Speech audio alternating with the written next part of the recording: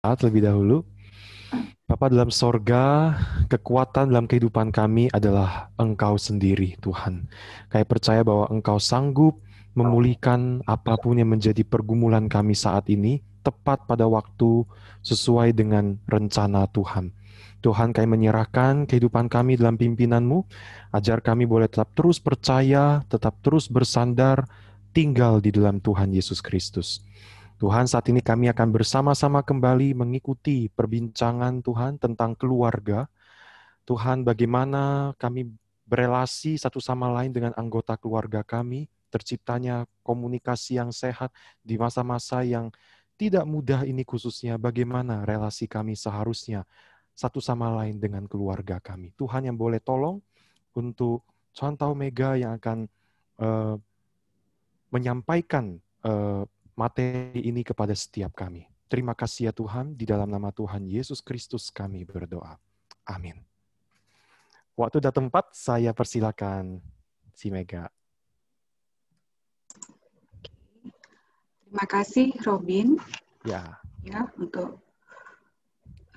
Terima kasih juga untuk Bapak Ibu yang sudah hadir pada malam hari ini. Senang sekali saya bisa bergabung bersama-sama di dalam acara ini ya, Sunday Talk bersama dengan BCS Medan. Perkenalkan, nama saya Mega. Saat ini saya melayani di BCS Jakarta sebagai seorang konselor bersama dengan suami saya. Saya juga bertanggung jawab di dalam bidang pembinaan untuk pranikah. Ya, kira-kira seperti itu perkenalan dari saya. Apakah suara saya bisa didengar dengan jelas? Bisa ya. Hari ini, oke, terima kasih. Hari ini kita akan sama-sama belajar mengenai keluarga ya. Bagaimana kita sebagai mungkin suami, istri, dan mungkin juga anak-anak bisa belajar bersama bagaimana kita menjaga relasi di dalam keluarga kita itu dengan baik. Saya coba share screen-nya.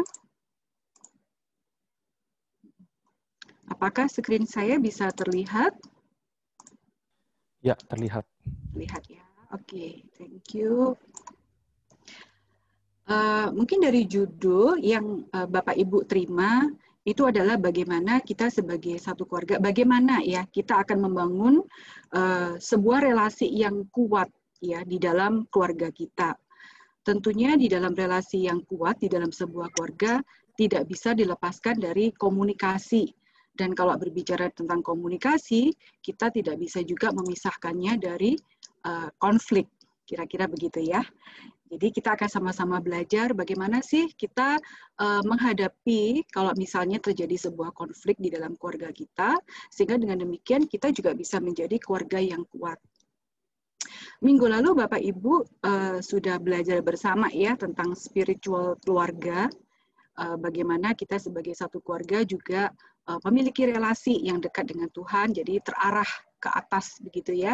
Bagaimana kita tetap menjaga keintiman kita dengan Tuhan, bagaimana kita tetap sebagai orang tua kita juga memberikan contoh untuk anak-anak kita untuk mereka juga bisa berelasi dengan Tuhan dengan baik pula. Pada hari ini, malam hari ini kita akan sama-sama belajar mungkin hal-hal yang lebih praktis ya. Jadi bagaimana kita di dalam keluarga ini bagaimana cara berkomunikasi dan bagaimana cara menyelesaikan konflik dengan sehat. Jadi saya memberikan judul untuk materi yang akan kita bahas bersama adalah konflik sehat dan keluarga akan menjadi kuat. Saya mengambil sebagai pembukaan adalah ayat yang terdapat di dalam Mazmur 133 ayat 1. Jadi di situ katakan bahwa sungguh alangkah baiknya dan indahnya apabila saudara-saudara diam bersama dengan rukun, gitu ya. Jadi rukun, ada keharmonisan. Namun di dalam versi yang bahasa Inggris ya, saya melihat ada satu kata yang mungkin tidak terdapat di dalam terjemahan bahasa Indonesia, di mana di situ disebutkan how good and pleasant it is when God's people live together in unity.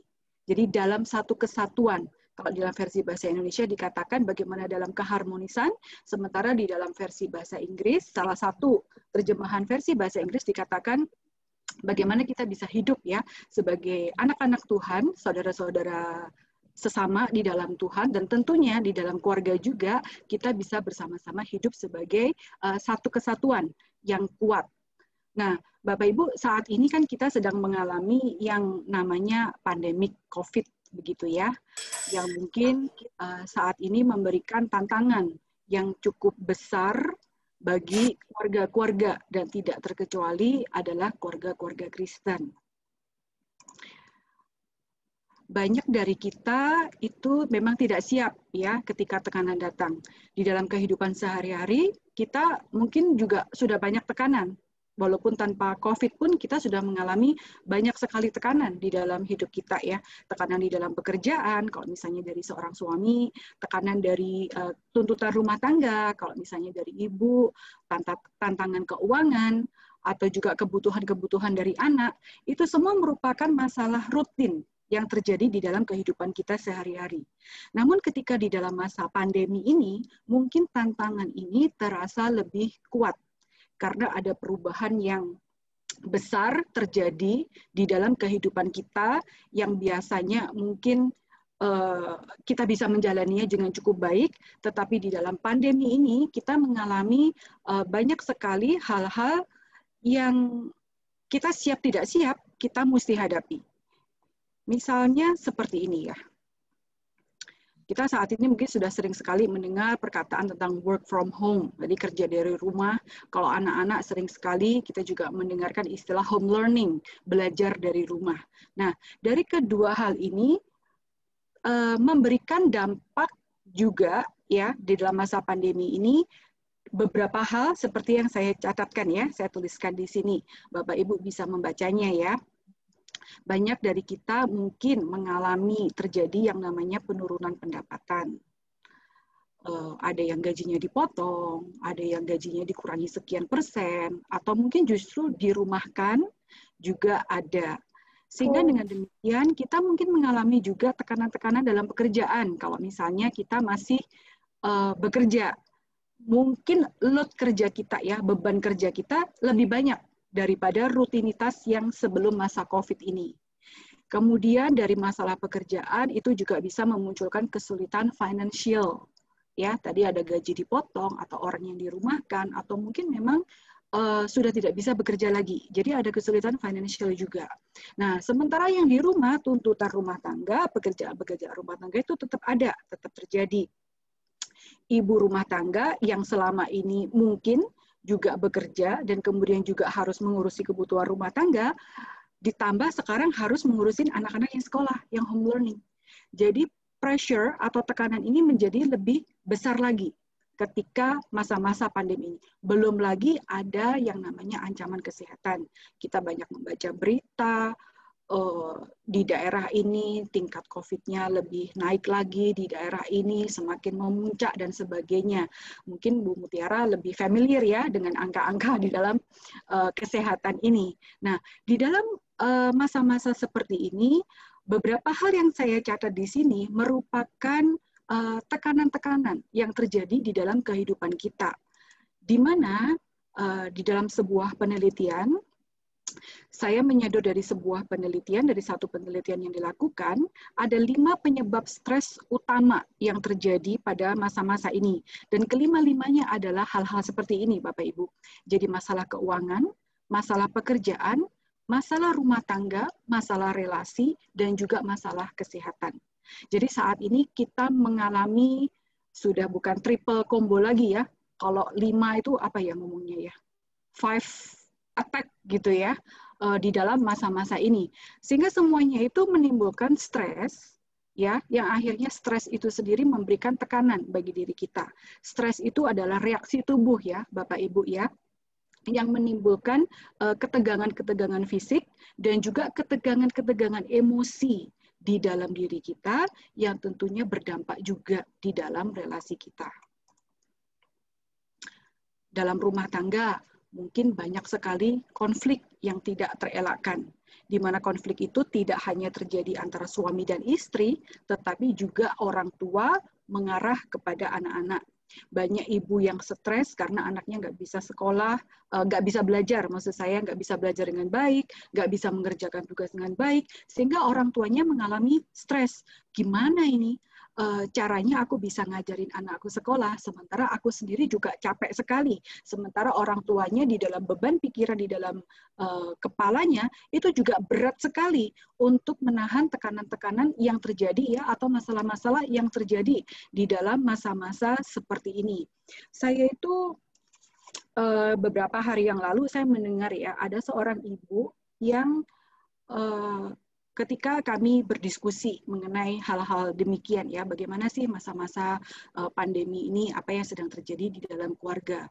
Dan dia menyatakan memang di dalam keluarganya terjadi ketegangan demi ketegangan di dalam keluarga tersebut. Sebab ibu ini merasa sangat khawatir tentang suaminya dan juga tentang anaknya. Kalau misalnya mereka nanti terpapar virus COVID gimana? Sebab anaknya juga udah gede. Mereka kerja di luar, mesti harus ketemu dengan orang.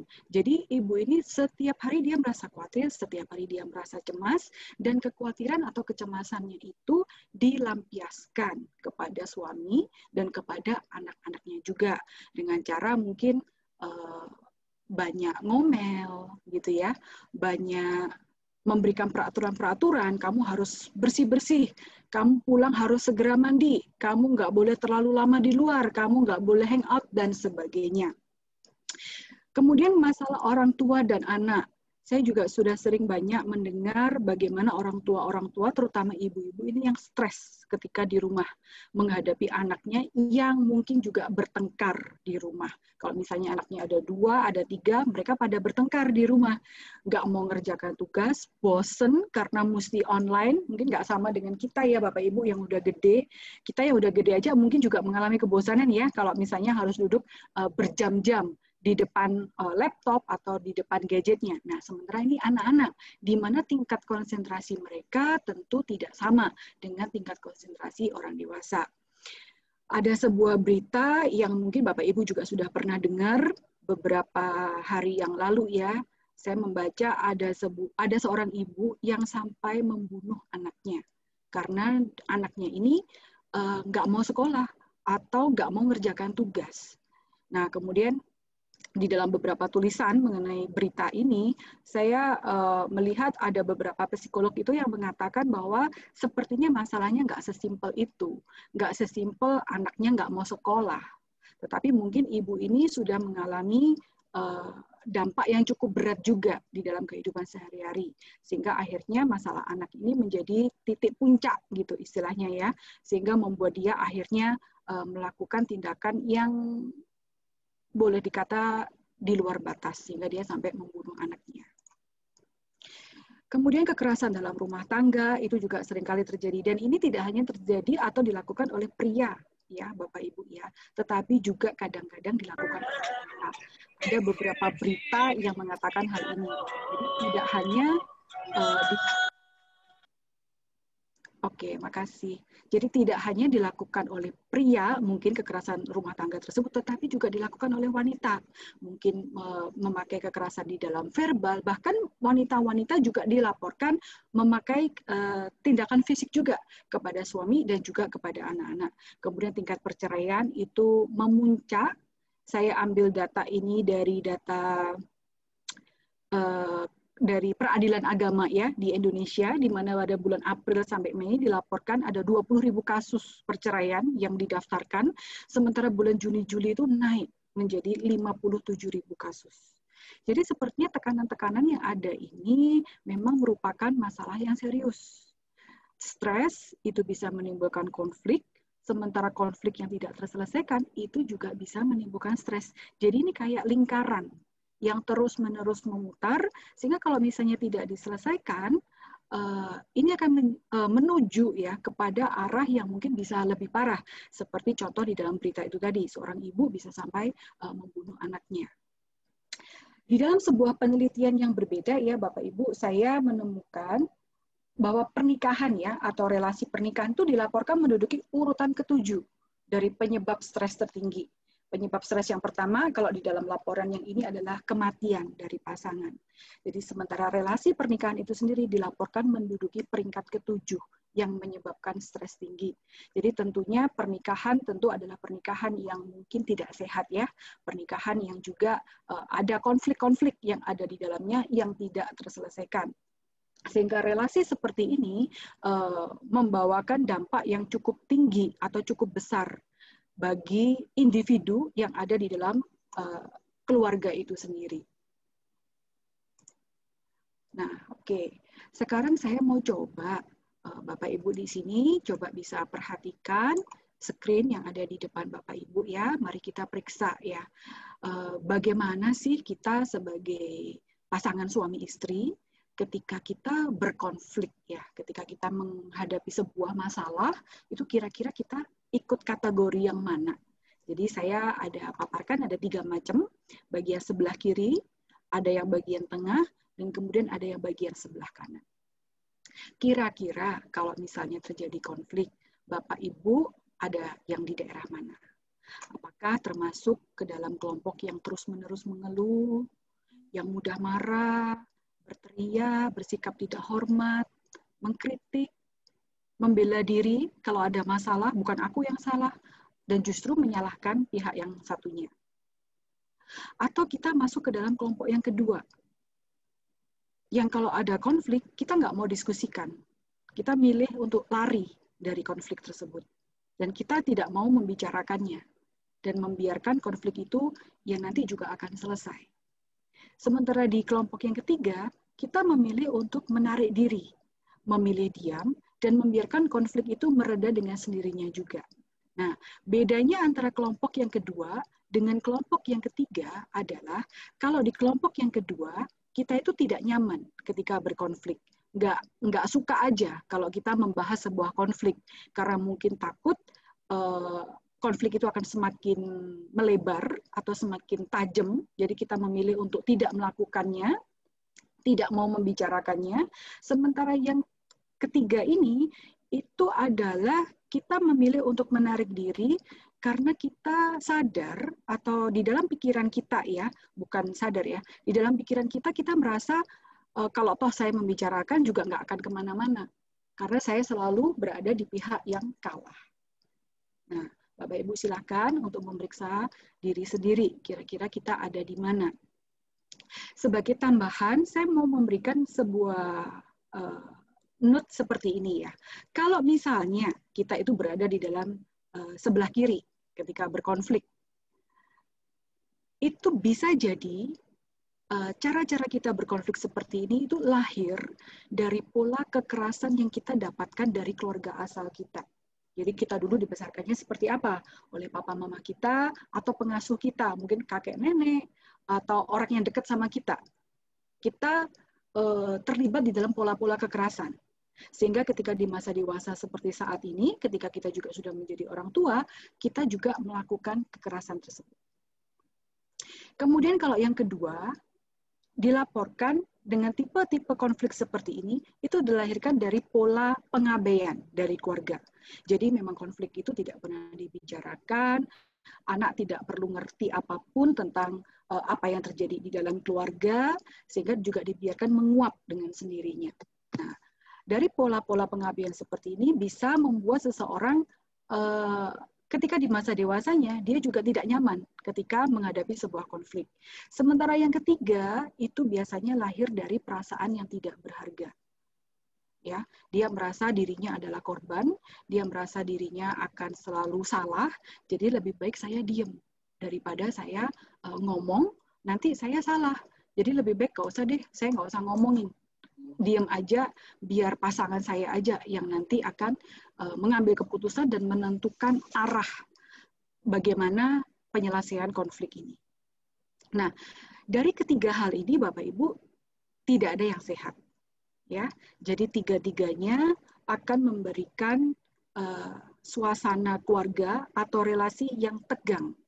Sehingga ketika kita terus-menerus berada di dalam pusaran seperti ini, ya kita akan memiliki relasi yang tidak nyaman untuk dijalani di dalam kehidupan sehari-hari, baik oleh suaminya maupun oleh istrinya, bahkan juga oleh anak-anaknya. Nah, ketika pusaran ini terus-menerus ya, maka anak itu akan mendapatkan dampak yang paling besar di dalam masalah keluarga seperti ini. Tadi saya sudah paparkan di awal bahwa ada sebuah berita ya, ibu yang sampai membunuh anaknya. Anak-anak yang dibesarkan di dalam lingkungan keluarga yang terus-menerus berada di dalam tekanan yang tinggi, terus-menerus di dalam konflik yang tidak terselesaikan, mereka akan muncul bertumbuh dewasa menjadi pribadi-pribadi yang nantinya ya kalau di masa remaja itu bisa sampai terlibat di dalam kayak tawuran, perkelahian, kemudian memakai obat-obatan, dan kalau misalnya itu perempuan, dia juga bisa terlibat di dalam seperti pernikahan dini atau kehamilan di luar pernikahan. Karena anak-anak demikian yang mereka dibesarkan di dalam lingkungan seperti ini, mereka tidak mendapatkan kasih sayang, mereka tidak mendapatkan rasa aman, mereka tidak mendapatkan tempat yang cukup baik bagi dirinya untuk hidup ya, sehingga di dalam dirinya itu bisa muncul luka. Sehingga ketika dia di masa remaja, di masa dewasa, bahkan mungkin di masa-masa sekarang, di masa-masa dewasa, dia juga tetap memiliki dampak dari pola perilaku yang diterima ketika dia di masa kanak-kanak. Sehingga dengan demikian, kalau kita melihat kenyataan seperti ini ya, itu memang sangat penting sekali bagi kita, terutama pasangan suami istri yang bergabung di sini, kita boleh belajar ya untuk melihat bagaimana sih saya itu selama ini berelasi dengan keluarga saya, dengan suami saya, dengan istri saya, dan kira-kira bagaimana saya juga memperlakukan anak-anak saya. Apakah saya termasuk ke dalam mereka-mereka yang melakukan hal-hal demikian ya. Kalau orang tuanya itu terus berkonflik ya, biasanya ketika anaknya ada sebuah problem atau membutuhkan perhatian, mereka akan saling menyalahkan orang tua seperti ini. Dan kemudian, apakah kita juga ada di dalam kategori ini ya, yang mempermalukan anak. Misal kalau anak nangis, kamu tuh udah gede, nggak usah nangis. Ngerjakan tugas kayak gitu kan gampang. Kayak adik kamu. Nah, misalnya mungkin bisa dikatakan seperti itu. Atau mengkritik, ya. Kalau dapat nilai yang jelek, kita mengkritik dia. Kalau dia nggak bisa telaten di depan laptopnya, kita juga mengkritik dia. Kamu kok nggak bisa rajin sih? Kamu kok nggak bisa nurut sih sama ibu guru? Kamu kok maunya malas-malasan sih? Nah, kemudian apakah juga kita ada di dalam menghukum tanpa alasan yang jelas, gitu ya? Jadi kita memberikan hukuman karena papa mama mau melakukan itu, tapi anak tidak pernah mendapatkan penjelasan kenapa dia dihukum. Kemudian anak-anak mungkin juga mendapatkan seperti ini, diperintah terus tanpa ada diskusi. Jadi orang tua sangat otoriter, memegang peranan yang sangat tinggi di dalam rumah tersebut, sehingga anak-anak itu sampai tidak pernah ada kesempatan untuk mereka bersuara. Nah, di dalam satu bagian ayat ya, Kolose 3:21 itu dikatakan bagi setiap orang tua ya, di situ disebutkan bapak-bapak, tapi saya pikir orang mamah ya atau ibu-ibu juga perlu untuk melihat dari bagian ayat ini. Janganlah sakiti hati anakmu supaya jangan tawar hatinya.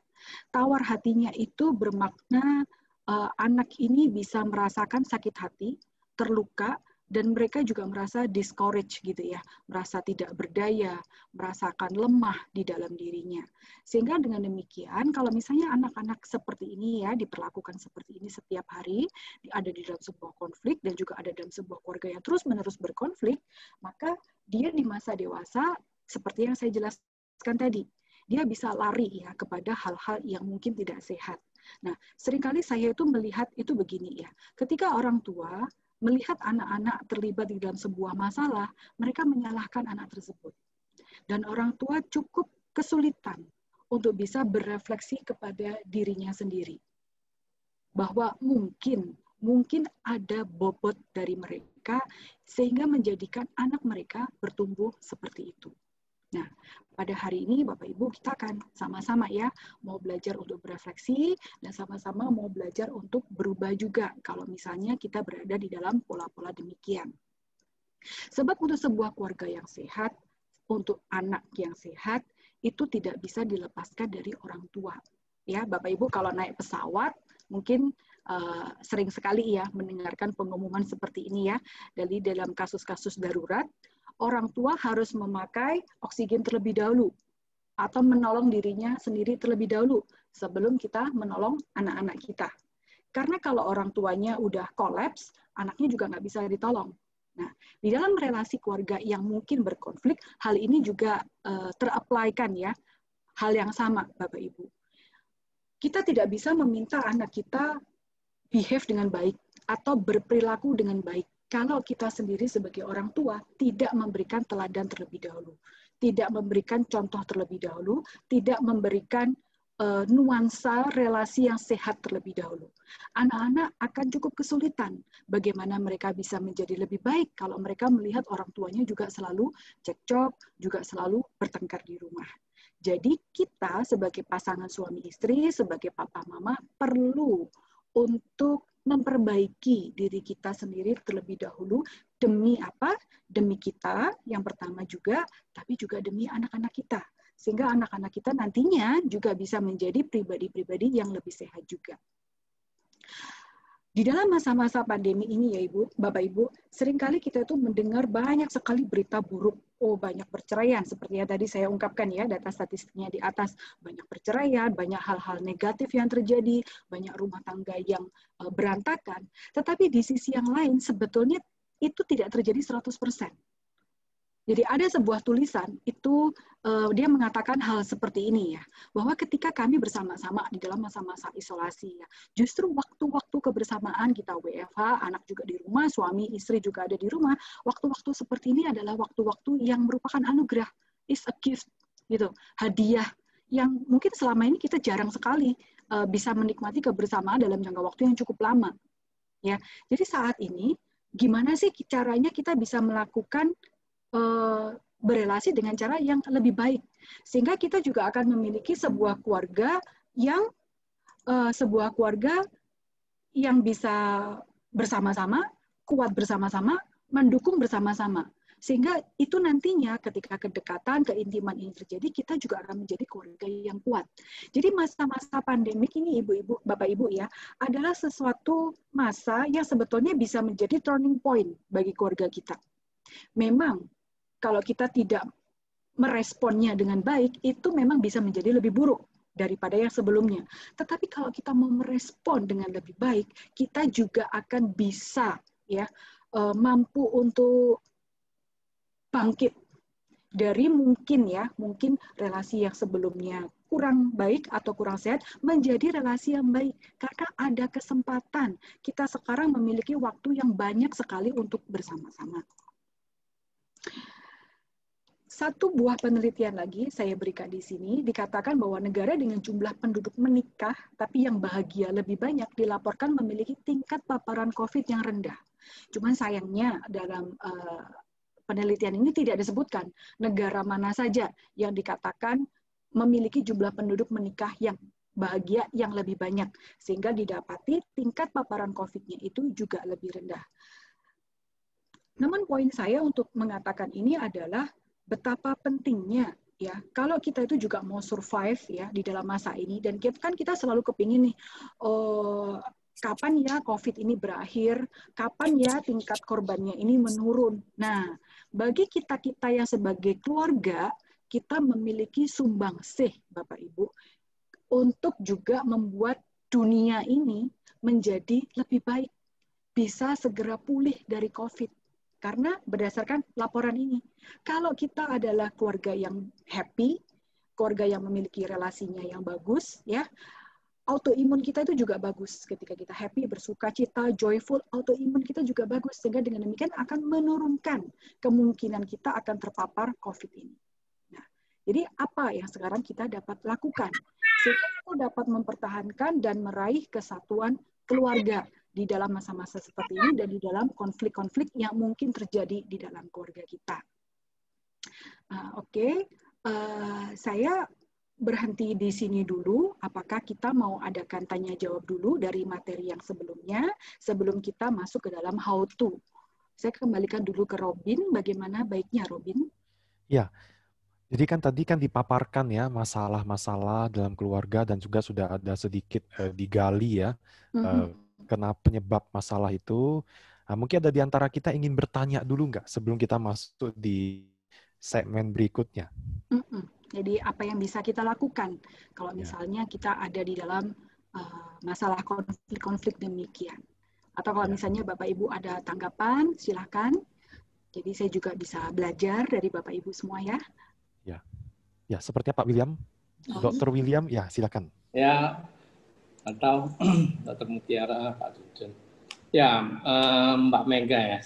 iya, Pak William, selamat malam. Tadi slide yang terakhir saya lihat itu keluarga yang bahagia, itu memang tingkat paparan COVID yang rendah. Rendah.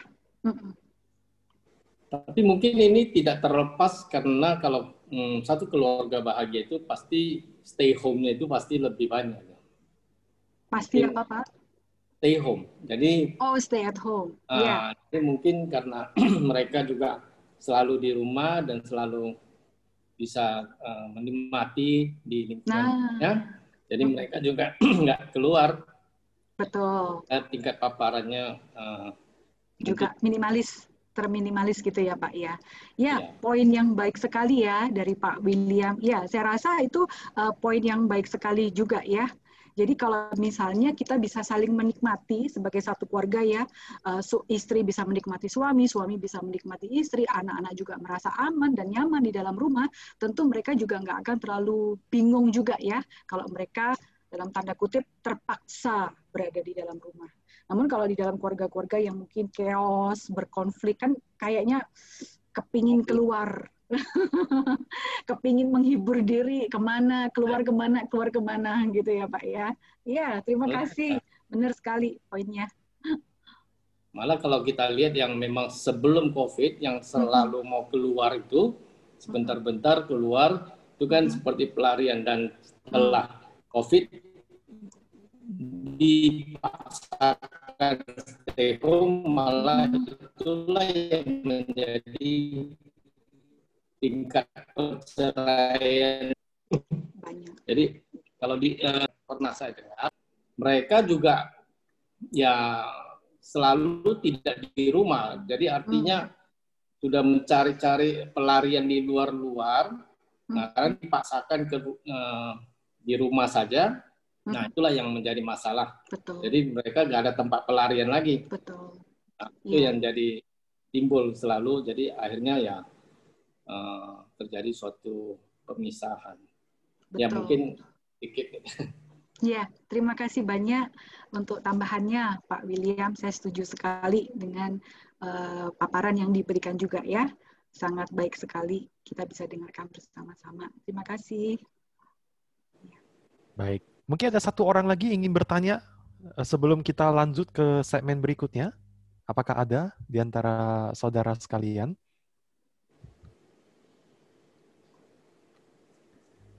Oke, jika tidak ada, kita lanjutkan lagi aja, Ci Mega. Oke, iya. Jadi saya lanjutkan ya. Jadi sekarang apa sih yang bisa kita lakukan jika kita misalnya ada di dalam konflik-konflik demikian, gitu ya, Bapak Ibu ya. Nah, saya bagi menjadi dua ya, relasi antara suami dan istri, dan nanti yang kedua adalah relasi antara orang tua dengan anak, gitu ya. Sebentar. Nah, dalam relasi antara suami dan istri ya, kalau misalnya kita menginginkan adanya perubahan di dalam keluarga kita, yang pertama tidak bisa tidak, kita mesti menyadari ya Bapak Ibu bahwa setiap individu, tidak terlepas suami atau istrinya, itu punya pergumulan. Dan mereka semua bisa stres.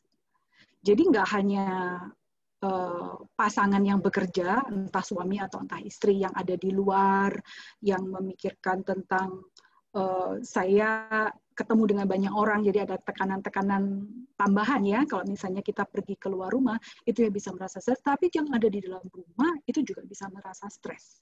Jadi tidak ada yang lebih penting, saya bisa katakan seperti itu, antara suami atau antara istri, mana yang lebih penting? Tidak ada, karena kita semua sama-sama mengalami pergumulan, dan kita sama-sama bisa merasa stres. Nah, kalau kita merasa stres, terus apa sih yang bisa kita lakukan? Biasanya ya, Bapak Ibu, orang kalau merasa tertekan dan overwhelmed dengan beban, namanya beban itu kan berat ya. Berat itu kan berarti kita nggak bisa nanggung, kita nggak kuat. Nah, kalau misalnya beban ini terasa sangat berat dan kita nggak kuat, mungkin memang kita selama ini tidak merawat diri kita dengan baik. Sehingga ketika ada tekanan-tekanan yang datang, itu kita mudah sekali terdampak, mudah sekali marah, sensitif, karena mungkin memang kita sendiri tidak merawat diri kita dengan baik. Nah, yang dinamakan self-care itu apa? Kalau bagi pasangan suami istri ya, saya bisa tambahkan di sini, saya kasih dalam kurung. Kalau Bapak Ibu, suami dan istri merawat dirinya dengan baik, itu berarti kita juga merawat anak kita. Karena seperti tadi ya, yang analogi pakai oksigen, Bapak Ibu mesti kuat dulu sebelum bisa merawat anak. Cara-cara yang bisa dilakukan untuk self-care, ya di sini ada beberapa dokter ya sepertinya. Nanti kalau misalnya ada yang kurang, saya bisa minta tolong ditambahkan juga. Self-care itu bisa di dalam semua aspek. Kita mesti mengingat bahwa setiap individu itu terdiri dari beberapa macam aspek. Jadi yang mesti diperhatikan adalah semua aspek tersebut. Fisiknya, mentalnya, emosinya, dan kemudian spiritual. Itu tidak harus dirawat. Fisik, makan, berolahraga, diusahakan bisa tidur. Kemudian kalau mental, nah ini yang saya sering sekali dengar dari ibu-ibu itu kalau sudah kebanjiran informasi di WA, gitu ya, atau kebanjiran informasi di TV, sampai nggak berani loh nonton TV itu sampai nggak berani. Nah, kalau nggak berani nonton TV karena adanya berita-berita yang menakutkan, ya nggak apa-apa dimatikan aja TV-nya. Nggak perlu merasa bersalah. Daripada kita yang udah cemas menjadi bertambah takut. Kemudian kita mungkin akan menjadi bertambah cerewet, orang-orang yang ada di rumah kita menjadi semakin tambah tertekan. Kemudian emosi kita. Kalau perasaan-perasaan kita nggak enak, perasaan-perasaan kita nggak nyaman, apa sih? Nah, Bapak Ibu, itulah pentingnya support system. Ya, jadi jangan bukan melarikan diri, tapi melepaskan diri dari komunitas. Bapak Ibu perlu untuk membagikan beban itu kepada orang lain. Ketika kita berbagi beban kepada orang lain, itu akan paling tidak ya, beban kita itu akan terasa sedikit lebih ringan. Jadi ketika di dalam komunitas, ya di sini mungkin ada grup-grup komsel, bisa terus hadir di sana dan kita bisa membahas pergumulan kita juga. Hanya dengan berbagi, Bapak Ibu, itu sudah cukup untuk meringankan. Apalagi kalau ketika kita berbagi, kita juga dimengerti oleh orang yang mendengarkan tersebut. Kemudian spiritual. Tidak bisa tidak, Bapak Ibu, saat teduh, ya, memuji Tuhan, membaca Alkitab, terus-menerus dikuatkan imannya dengan pengajaran-pengajaran di dalam mungkin pendalaman Alkitab dan juga di dalam khotbah-khotbah dan di dalam ibadah-ibadah yang kita ikuti yang terus menguatkan iman kita, itu juga adalah bagian dari self-care. Itu bisa menolong kita untuk melihat permasalahan ini dari perspektif yang berbeda. Jadi kita tidak hanya terus terfokus kepada diri kita sendiri yang menderita, tetapi kita juga bisa melihatnya dari perspektif Allah. Allah itu selalu hadir buat kita, dan Allah itu senantiasa ada buat kita dan mendengarkan kita juga. Jadi ketika kita dapat merawat diri kita dalam keseluruhan aspeknya ini, kita akan mendapatkan kekuatan yang komplit. Jadi tidak bisa juga hanya salah satu. Sebab semuanya ini akan seperti circle, lingkaran yang saling mempengaruhi satu sama lain. Kemudian berikutnya adalah regulasi emosi.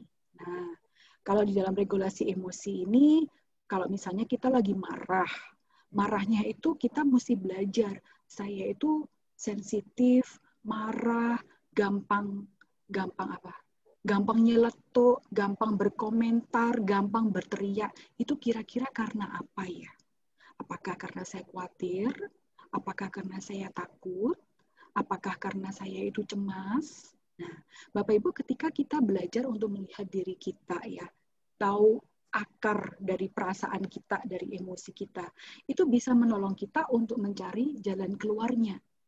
Dan kemudian kalau misalnya ya, emosi kita ini tidak terkontrol. Setiap hari bawaannya marah, terus setiap hari kalau ngelihat suami, ngelihat istri itu rasanya nggak enak, nggak nyaman, kepinginnya maunya konflik, kepinginnya maunya komentar. Nah, Bapak Ibu mungkin perlu bertanya kepada diri sendiri, apakah memerlukan time break? Apakah memerlukan jeda? Apa sih yang Bapak Ibu butuhkan? Dan juga dari self-care tersebut, apakah butuh me time? Apakah membutuhkan hiburan? Apakah membutuhkan waktu libur sedikit ya dari pekerjaan atau rutinitas yang sehari-hari itu dikerjakan. Nah, saya itu melihat kalau ibu-ibu itu seringkali ngomongnya gini, saya itu nggak ada waktu. Gimana bisa ada waktu? Udah pagi-pagi ngurusin anak, siang nanti mesti masak, sore masih harus ngajarin anak ngerjakan tugas. Nah, Bapak Ibu, di sinilah kesempatan untuk suami istri juga bisa saling menopang. Istri bisa menopang suami, suami juga bisa menopang istri. Sehingga dengan demikian, ketika kita juga bisa berbagi beban satu sama lain dengan mengkomunikasikan dengan lebih baik, ya harapannya emosi kita juga bisa terkontrol dengan lebih baik juga. Jadi apakah ketika kita memiliki emosi-emosi yang negatif seperti itu, kita perlu mencari tahu akarnya itu ada di mana. Sebetulnya perasaan terdalam saya itu apa sih? Kalau saya itu punya perasaan nggak enak seperti ini sebetulnya apa? Nah, seringkali kalau ibu-ibu itu sebetulnya perasaan terdalamnya kan khawatir ya. Khawatir nanti kalau suaminya kenapa-kenapa di rumah. Khawatir kalau nanti anaknya nggak naik kelas atau tidak mendapatkan pelajaran yang tepat.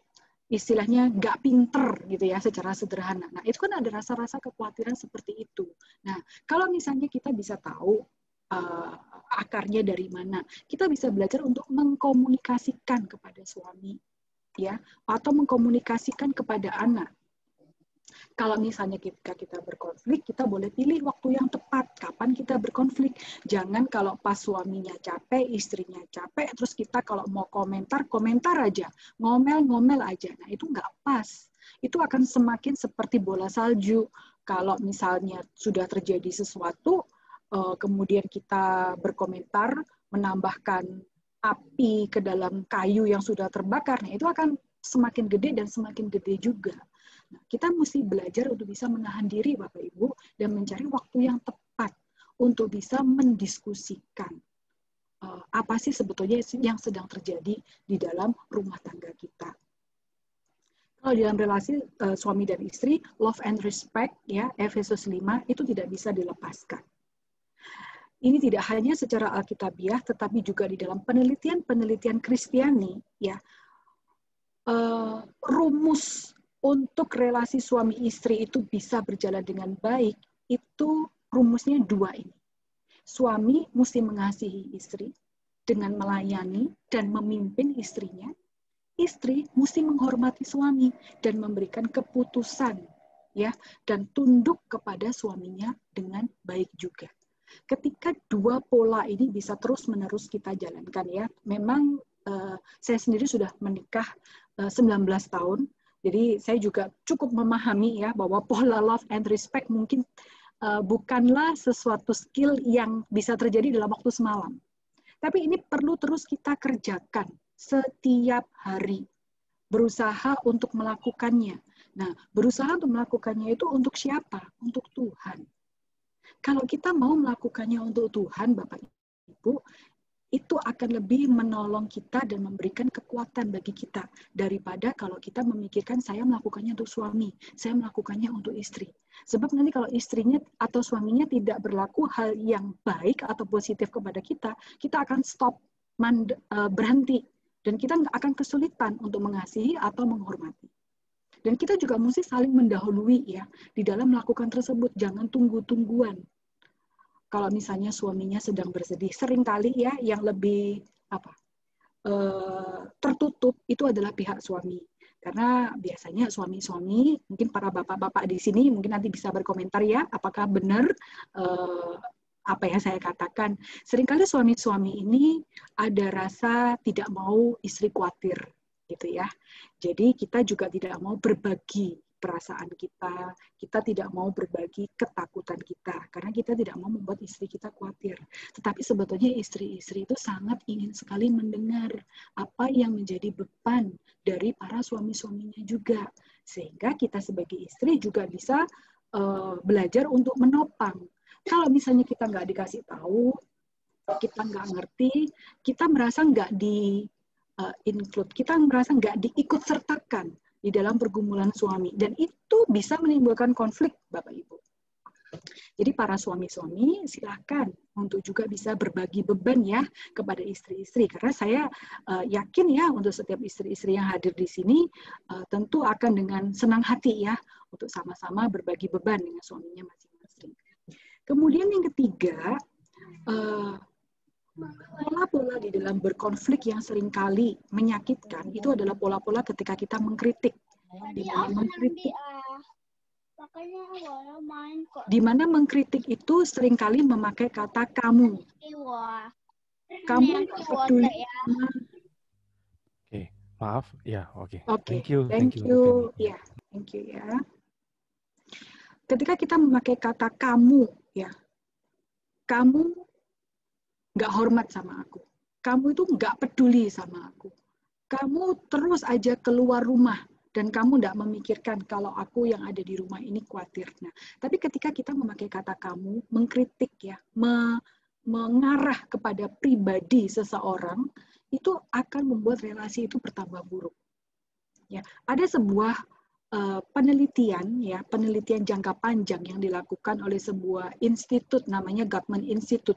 Dia itu mengatakan I statement, dan saya melihat I statement ini banyak sekali dipakai di dalam tips-tips relasi antara suami istri. Dan ini dikatakan atau dibuktikan dapat menyelamatkan bahkan relasi suami istri yang sangat genting sekalipun, yang hampir mendekati perceraian. Ketika mereka mau merubah pola komunikasinya dengan I statement ini, relasi mereka itu dapat terselamatkan. Nah, I statement itu gimana sih yang harus kita katakan? Nah, ini ada polanya Bapak Ibu. Ya, saya merasa apa? Saya merasa takut ketika kamu kerja di luar rumah.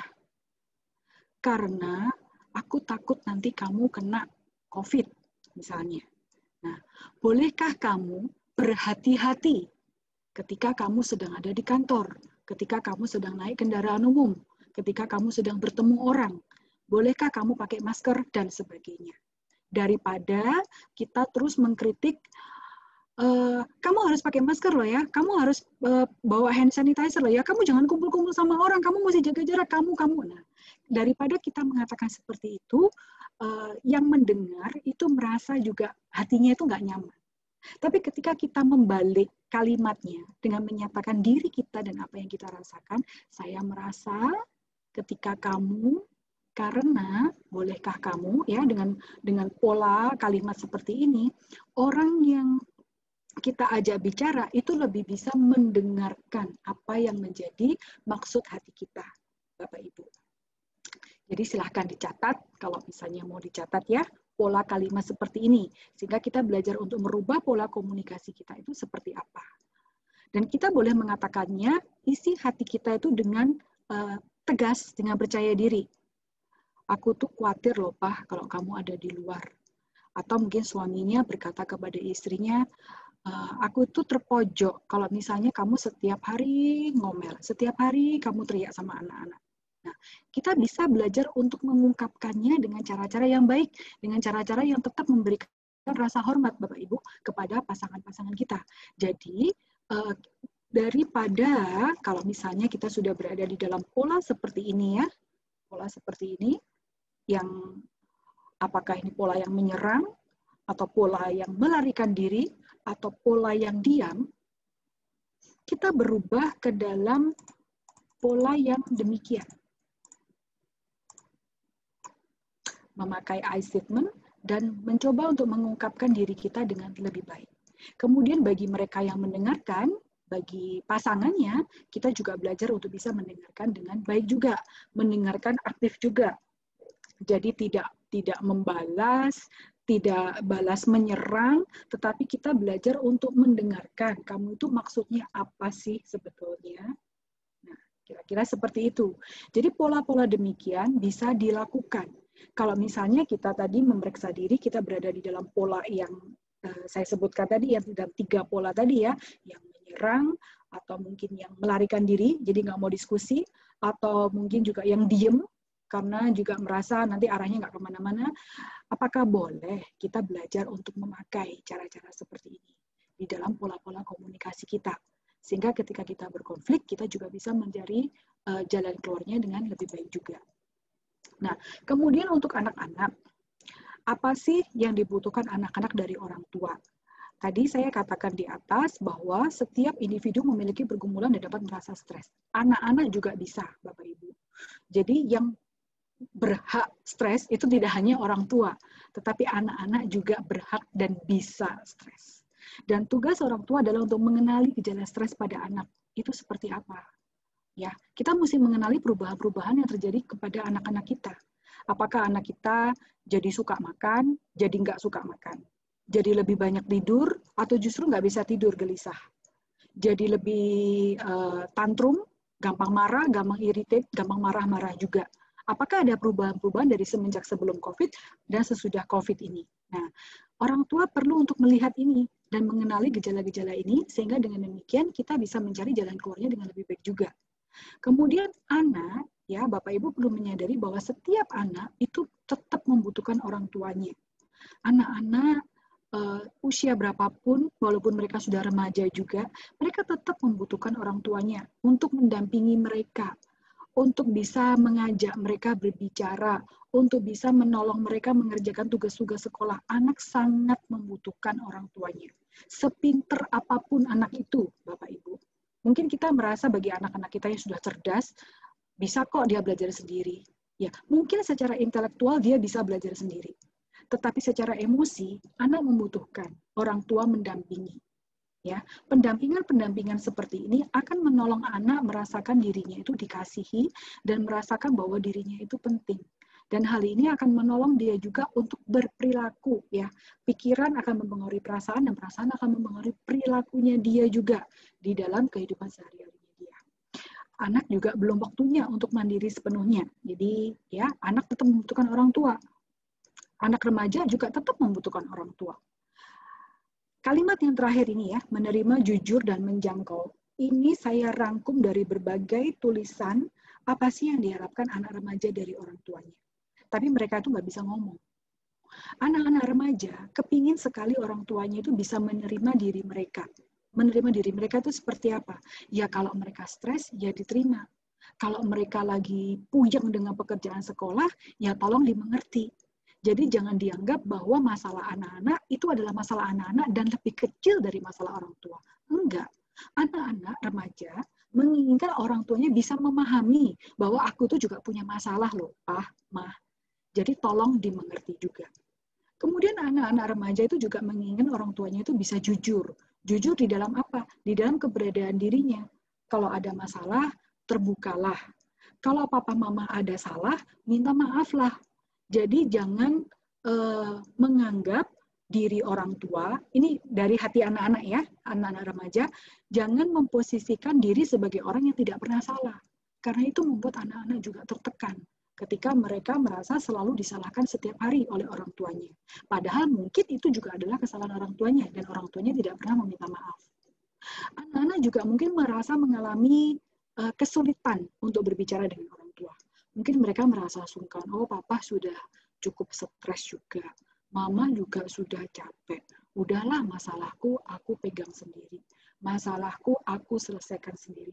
Padahal sebetulnya mereka itu juga kepingin dideketin oleh orang tuanya, kepingin diajak ngomong oleh orang tuanya, mereka juga sangat ingin sekali dan merindukan.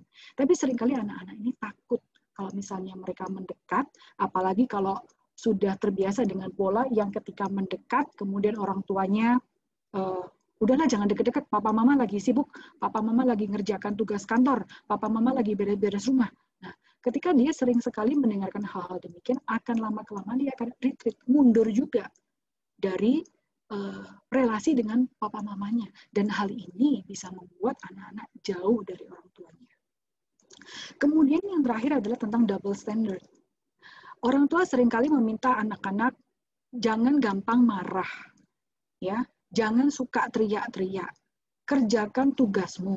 Jangan main HP, jangan nonton Netflix, jangan main game. Tapi orang tuanya melakukan hal-hal demikian. Anak-anak akan kesulitan sekali ketika mereka melihat antara perkataan dan perilaku dari orang tua itu berbeda. Dan itu membuat mereka bingung, membuat mereka tidak diterima, membuat mereka juga terluka. Karena mereka merasa dirinya ada di dalam pihak yang selalu salah, sementara orang tuanya berada di pihak yang benar. Nah, jadi dari hal-hal ini, kita sebagai orang tua, kita perlu mawas diri, Bapak Ibu ya, kalau misalnya kita melakukan hal-hal demikian. Dan kita belajar untuk bisa merubah diri kita, dan menjangkau, mendekati, menerima, mendengarkan anak-anak kita dengan semua pergumulan yang juga mereka hadapi di dalam kehidupannya. Nah, saya mau tambahkan satu hal lagi mengenai 4 tipe orang tua. Yang saya garis bawahi di bawah adalah hal yang ideal ketika kita menanggapi dari anak-anak kita yang mungkin sedang meluapkan emosinya, yaitu kita belajar untuk memvalidasi emosi anak. Kita menolong mereka untuk memberikan label, ya. Kamu kelihatannya sangat sedih.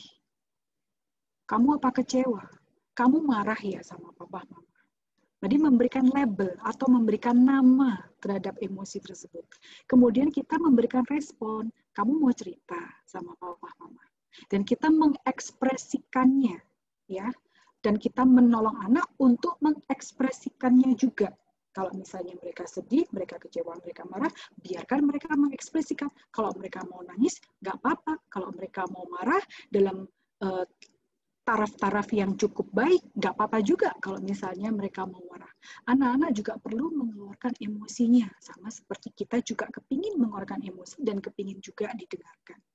Jadi kalau untuk 3 hal yang di atas, ini adalah pola yang kurang ideal, Bapak Ibu ya. Seperti kita tidak menganggap serius perasaan anak atau menganggap remeh perasaan anak.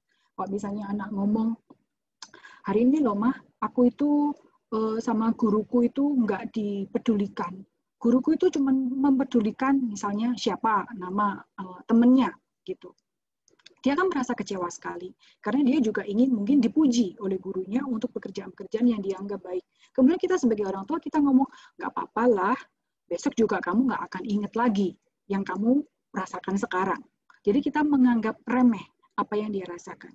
Atau ketika anak menangis, kita ngomong, sudahlah, kamu tuh nggak perlu nangis lagi.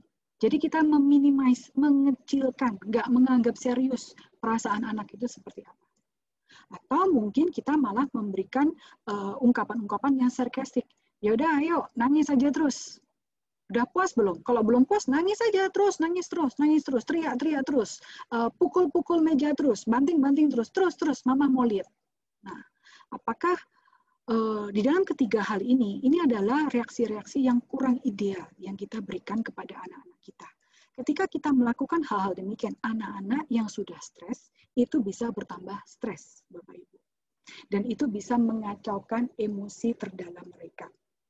Dan yang tadi saya jelaskan di depan, mereka juga bisa terluka ketika mereka melihat bahwa orang tuanya ternyata tidak mempedulikan apa yang sedang mereka alami. Ya, jadi ketika anak-anak kita meluapkan emosi, Bapak Ibu bisa belajar untuk melakukan yang terakhir ini. Belajar untuk memvalidasi emosi dari anak kita. Sehingga dengan demikian mereka juga akan tergerak ya untuk selalu datang kepada kita dan nggak lari dari kita. Mereka akan datang kepada kita untuk pertolongan, untuk dukungan, untuk support. Hal-hal demikianlah Bapak Ibu yang membuat relasi kita itu kuat. Jadi komunikasi dengan anak dan kemudian waktu yang kita berikan bagi anak, bagi suami, bagi pasangan untuk berdiskusi, untuk berbicara, untuk membicarakan pergumulan-pergumulan kita, itu merupakan kunci resiliensi ya, ketahanan mental, ketahanan sehingga ketika kita mengalami tekanan, kita itu bisa bouncing back, kita itu bisa bangkit lagi. Komunikasi dan waktu kelihatannya sederhana, tapi ini adalah 2 kunci penting. Kalau kita itu mau, kita menjadi pribadi-pribadi yang kuat mental.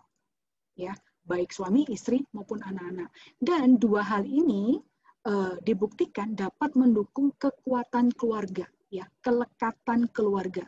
Ketika di dalam keluarga tersebut pola-pola demikian terus-menerus dijalankan. Jadi memberikan komunikasi yang terus-menerus, memberikan pengertian, memberikan telinga yang mau mendengar, memberikan afirmasi, pelukan, penerimaan, itu merupakan hal-hal yang sangat sehat di dalam pola-pola komunikasi dan di dalam pola-pola ketika kita menyelesaikan konflik. Dan kemudian waktu luang yang dilakukan bersama-sama. Jadi kita sebagai keluarga, ini saya berikan untuk yang terakhir, kita sebagai keluarga kita bisa belajar untuk memperbanyak waktu bersama. Apakah kita sebagai satu keluarga itu memiliki waktu kebersamaan yang cukup, Bapak Ibu? Apakah kalau kita makan sendiri-sendiri? Apakah kalau kita nonton TV sendiri-sendiri? Atau kita punya waktu yang kita lakukan bersama, having fun, gitu. Kalau di dalam masa-masa pandemi, mungkin having fun-nya bisa dilakukan di dalam rumah saja, begitu ya. Mungkin bisa main Scrabble, mungkin bisa bermain kartu, dan juga tentu hal-hal yang spiritual, mesbah keluarga, apakah dilakukan? Atau kita saat teduh sendiri-sendiri, doa malam sendiri-sendiri. Jadi tidak ada waktu yang dilakukan bersama-sama. Waktu merupakan kunci untuk mendukung kekuatan keluarga, Bapak Ibu. Sehingga dengan demikian kita bisa sebagai satu keluarga itu kuat ketika menghadapi tantangan-tantangan seperti masa-masa pandemi ini dan justru tidak tercerai-berai. Ya, ini saya rangkum dari 1, 2, 3, 4, 5 dari apa yang saya sudah jelaskan tadi di atas. Kita belajar untuk tidak menyalahkan masing-masing atau bahkan mempermalukan, meminimalis perasaan masing-masing. Tapi kita belajar memberikan komunikasi terbuka, kita belajar untuk mendengarkan, dan kita juga memberikan ruang untuk mengekspresikan emosi semuanya, baik suami, baik istri, maupun anak-anak. Kita belajar untuk bisa menerima satu sama lain ketika mereka sedang mengalami hal-hal yang tidak nyaman di dalam keberadaan dalam kehidupan sehari-hari, pergumulan-pergumulan yang mereka alami di dalam kehidupan sehari-hari. Kemudian ketika kita ada masalah, kita fokus kepada solusi. Kita berusaha untuk tidak fokus kepada diri kita sendiri. Bapak Ibu ya, kita berusaha untuk fokus kepada solusi, kita berfokus kepada kelekatan keluarga, kita berfokus kepada teamwork. Suami saya, kalau Bapak Ibu ada yang mengenal suami saya ya, Kak Arthur tuh sering sekali kalau kami sedang ada di dalam sebuah masalah, dia selalu ngomong kalau kita itu teamwork. Jadi yuk kita selesaikan, kita cari solusinya. Jadi jangan sampai masalah yang kita hadapi itu justru memisahkan kita. Tapi masalah yang kita hadapi itu justru harusnya menjadikan kita lebih satu. Dan kita berjuang bersama sebagai teamwork untuk melawan masalah tersebut. Kalau memang diperlukan, Bapak Ibu, perlu diadakan family meeting, silakan diadakan family meeting. Jadi kalau ada masalah di dalam keluarga, ya kita mesti memang dengan rendah hati mau untuk mengakui bahwa memang ada masalah atau konflik dalam keluarga kita. Dan kita perlu duduk bersama-sama untuk mencoba mencari jalan keluar yang ideal untuk semua pihak. Kira-kira seperti itu, Bapak Ibu, yang bisa saya sampaikan dari diskusi kita pada malam hari ini ya. Kita sebagai satu keluarga, kita juga belajar untuk bersama-sama melihat diri kita sebagai bagian dari keluarga itu. Dan bukan melihat diri kita sebagai pribadi yang berdiri sendiri-sendiri. Sehingga dengan demikian ketika ada dukungan, penerimaan untuk satu sama lain, akan terciptalah keluarga yang kuat, Bapak Ibu. Terima kasih untuk sudah mendengarkan dari pemaparan materi ini. Saya kembalikan waktunya kepada Robin jika mungkin ada pertanyaan dari Bapak Ibu semua ya, atau mungkin jika ada tanggapan, silakan. Terima kasih ya Cimega. Jadi ini saya ada catat beberapa ini ya, apa yang bisa kita lakukan.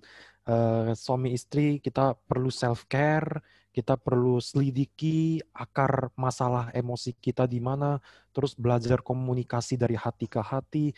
Lalu kalau dengan anak, kenali gejala stres anak, menghargai perasaan anak, terus perlu ciptakan waktu bersama.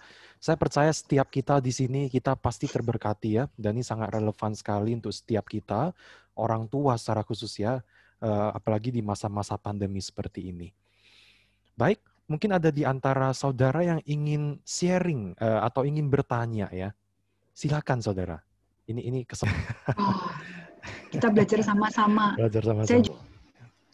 Bapa di surga, terima kasih melalui bincang-bincang malam hari ini kami kembali dikuatkan untuk bagaimana membangun hubungan yang lebih baik, lebih kuat di dalam keluarga kami, khususnya di tengah-tengah pandemi yang tidak mudah ini.